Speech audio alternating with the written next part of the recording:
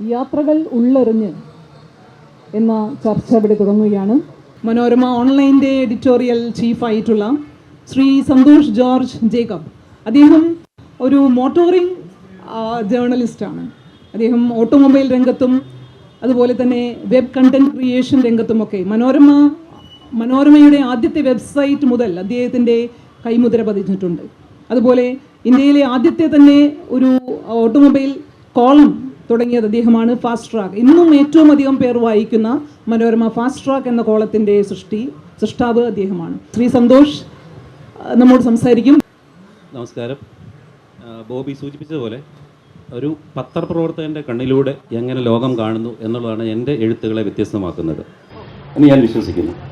നമുക്കറിയാം, ഇപ്പോഴത്തെ പുതിയ കാലത്തെ എഴുത്തുകൾ ട്രാവൽ എഴുത്തുകൾ മാത്രമല്ല, യാത്രാ എഴുത്തുകൾ, കുറിപ്പുകൾ മാത്രമല്ല, ബ്ലോഗുകളാണെങ്കിലും മറ്റുള്ള രീതിയിലുള്ള പ്രകാശനങ്ങൾ പൊതുവെ പെരിഫറലായിട്ടുള്ള, അതിൻ്റെ ഉപരിപ്ലവമായിട്ട് മാത്രം കാര്യങ്ങളെ കണ്ടുപോകുന്ന ഒരു രീതിയാണ് ഇപ്പോൾ കാണുന്നത്. വളരെ ലളിതമായി പെരിഫറലായി കാര്യങ്ങൾ അവതരിപ്പിക്കുക എന്ന് വെച്ചാൽ, ഇപ്പോൾ താജ്മഹൽ നമ്മൾ കാണുന്നു എന്ന് വയ്ക്കുക. അപ്പോൾ അതിനെ അവതരിപ്പിക്കുമ്പോൾ താജ്മഹൽ വളരെ മനോഹരമായ ഒരു വെണ്ണക്കൽ മന്ദിരമാണ്. അതിന് മുന്നിൽ അതിലും മനോഹരമായൊരു തോട്ടമുണ്ട്. അവിടെ നട്ടുച്ചയ്ക്ക് കൊടും ചൂടാണ്.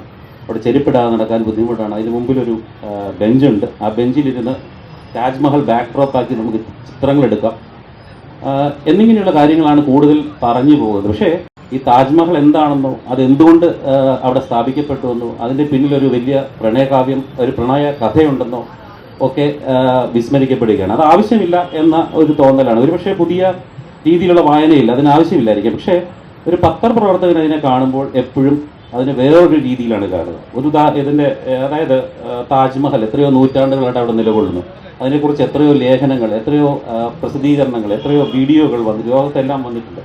പിന്നെ അതിനെ എങ്ങനെ നമുക്കൊന്ന് വ്യത്യസ്തമായി കാണാൻ സാധിക്കും, എങ്ങനെയൊന്ന് വ്യത്യസ്തമായി അവതരിപ്പിക്കാൻ സാധിക്കും, അതിലെന്താണ് ഒരു എക്സ്ക്ലൂസിവിറ്റി ഉള്ളത്, അതിനകത്ത് എന്താണ് ഒരു ട്വിസ്റ്റ് ഉള്ളത് എന്നുള്ളതാണ് ഞാൻ ഒരു പത്രപ്രവർത്തകർ എപ്പോഴും ചിന്തിക്കുക. അതുകൊണ്ട് തന്നെ അതിനുവേണ്ടിയുള്ള ഗവേഷണങ്ങൾ നമ്മൾ നടത്തി പോകും. ഞാനൊരു ഉദാഹരണം, ഈ പുസ്തകത്തിൽ തന്നെ ഉദാഹരണം, ഇതിനകത്ത് പ്രസിഡന്റിനെ പ്രണയിച്ച അടിമപ്പെണ്ണ് എന്നൊരു അധ്യായമുണ്ട്. ജോർജ് വാഷിങ്ടണിൻ്റെ പറ്റിയുള്ള ഒരു അമേരിക്കയുടെ പ്രഥമ പ്രസിഡന്റ് ജോർജ് വാഷിങ്ടണിനെ പറ്റിയുള്ള ഒരു ലേഖനമാണ്. അത് ഇതുപോലെ തന്നെയാണ്. ജോർജ് വാഷിങ്ടണിന് വളരെ പ്രശസ്തമായ ഒരു തോട്ടം, ഒരു എസ്റ്റേറ്റും, ആ എസ്റ്റേറ്റിന് നടുക്ക് ധാരാളം ലയങ്ങളും കെട്ടിടങ്ങളും, അദ്ദേഹത്തിൻ്റെ മൃഗങ്ങളെ സൂക്ഷിക്കാനുള്ള സ്ഥലങ്ങൾ, അടിമകളെ സൂക്ഷിക്കാനുള്ള സ്ഥലങ്ങൾ, അതിന് നടുക്ക് അതിമനോഹരമായ ഒരു കുന്നാണ്, മോണ്ടിച്ചെല്ലോ എന്നാണ് ആ കുന്നിൻ്റെ പേര്. ആ കുന്നിൻ്റെ മുകളിൽ വലിയൊരു ബംഗ്ലാവും ഉണ്ട്. അപ്പോൾ നമുക്ക് അതിനെപ്പറ്റി തന്നെ എഴുതാൻ ധാരാളമായി പറയാം. പെരിഫറലായിട്ട് ഞാൻ നേരത്തെ സൂചിപ്പിച്ച പോലെ എഴുതാനാണെങ്കിൽ തന്നെ നമുക്ക് ചാപ്റ്റേഴ്സ് എഴുതാനുള്ള മെറ്റീരിയൽ ഉണ്ട്. പക്ഷേ ഒരു പത്രപ്രവർത്തകൻ എന്ന രീതിയിൽ അത് എങ്ങനെ വ്യത്യസ്തമായി കൊണ്ടുവരാം എന്നുള്ളൊരു ചിന്തയിൽ ഞാൻ സാധാരണഗതിയിൽ നമ്മൾ യാത്ര ചെയ്യുമ്പോൾ മീഡിയ ഓഫീസുണ്ട്, എല്ലാ വലിയ ഇതുപോലത്തെ സ്മാരകങ്ങൾക്ക് മുമ്പിൽ മീഡിയ ഓഫീസുണ്ട്. അവിടെ ചെന്നു. അവിടെ ചെല്ലുമ്പോൾ നമുക്ക് അത്യാവശ്യമുള്ള മെറ്റീരിയലുകൾ കിട്ടും. കുറച്ച് ബ്രോഷറുകളോ അല്ലെങ്കിൽ അധികമായിട്ട് അതിനെക്കുറിച്ച് പരിചയപ്പെടുത്തുന്ന കാര്യങ്ങളുണ്ടാവും. അപ്പോൾ അത് ശേഖരിക്കുക എന്നാണ് ഉദ്ദേശം. അതിനൊപ്പം തന്നെ അവിടെ ഇരുന്ന ഒരു ലേഡിയെ ഞാൻ പരിചയപ്പെട്ടു. അവരവിടുത്തെ മീഡിയ വിഭാഗത്തിൻ്റെ ഡയറക്ടറാണ്. അവരുടെ പേര് ഞാൻ വിട്ടുപോയി. അവർ ഒരു 10-60 വയസ്സിന് മുകളിൽ പ്രായമുള്ളൊരു സ്ത്രീയാണ്. അപ്പോൾ അവരോട് സംസാരിച്ച് അവർ പറഞ്ഞു, കാര്യങ്ങളൊക്കെ പറഞ്ഞു. അതിനുശേഷം അപ്പോൾ മനസ്സിലായി അവരൊരു ഓതറാണ്, ഒരു എഴുത്തുകാരിയാണ്. അത് മാത്രമല്ല അവരൊരു റിസർച്ച് ഫെലോയാണ്. അപ്പോൾ ഇതിനെക്കുറിച്ചൊക്കെ അവർ ഒത്തിരി റിസർച്ച് ചെയ്തിട്ടുണ്ട്. അപ്പോൾ അവരോട് സംസാരിച്ച് കുറച്ച് നേരം അവരൊരു കോഫി ഓഫർ ചെയ്തു. ഞങ്ങളവിടെ ഇരുന്ന് സംസാരിച്ചപ്പോൾ വേറൊരു വലിയ വിവരം കിട്ടുകയാണ്. ഇവർ ജോർജ് വാഷിങ്ടണിൻ്റെ 5ാം തലമുറയിലോ 4ാം തലമുറയിലോ ഉള്ള ഒരു ഡിസെൻഡൻ്റ്, ഒരു പിന്മുറക്കാരിയാണ്. അപ്പോൾ നമുക്കൊരു സംശയം തോന്നുന്നു, ഇവരെ കണ്ടാൽ ഒരു കറുത്ത വംശജയുടെ രൂപമാണുള്ളത്. ജോർജ് വാഷിങ്ടണിൻ്റെ മകളാണെങ്കിൽ അല്ലെങ്കിൽ പിന്മുറക്കാരാണ്, അങ്ങനെ വരില്ലല്ലോ എന്നുള്ളൊരു സംശയം വരുന്നു. അപ്പോൾ തന്നെ അവരുടെ ഭാഗത്തു നിന്ന് വിശദീകരണം ഉണ്ടായി. അതായത് ജോർജ് വാഷിങ്ടൺ 2 ഭാര്യമാരുണ്ടായിരുന്നു.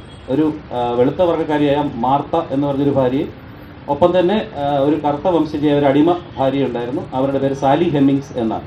ഈ സാലി ഹെമ്മിങ്സിൻ്റെ 5ാം തലമുറക്കാരിയാണ് നമ്മൾ ഈ പറയുന്ന ഗെയിൽ ജസോഫ് എന്ന് പറയുന്ന ഈ ലേഡി, അവരുടെ PR വിഭാഗം ഡയറക്ടർ.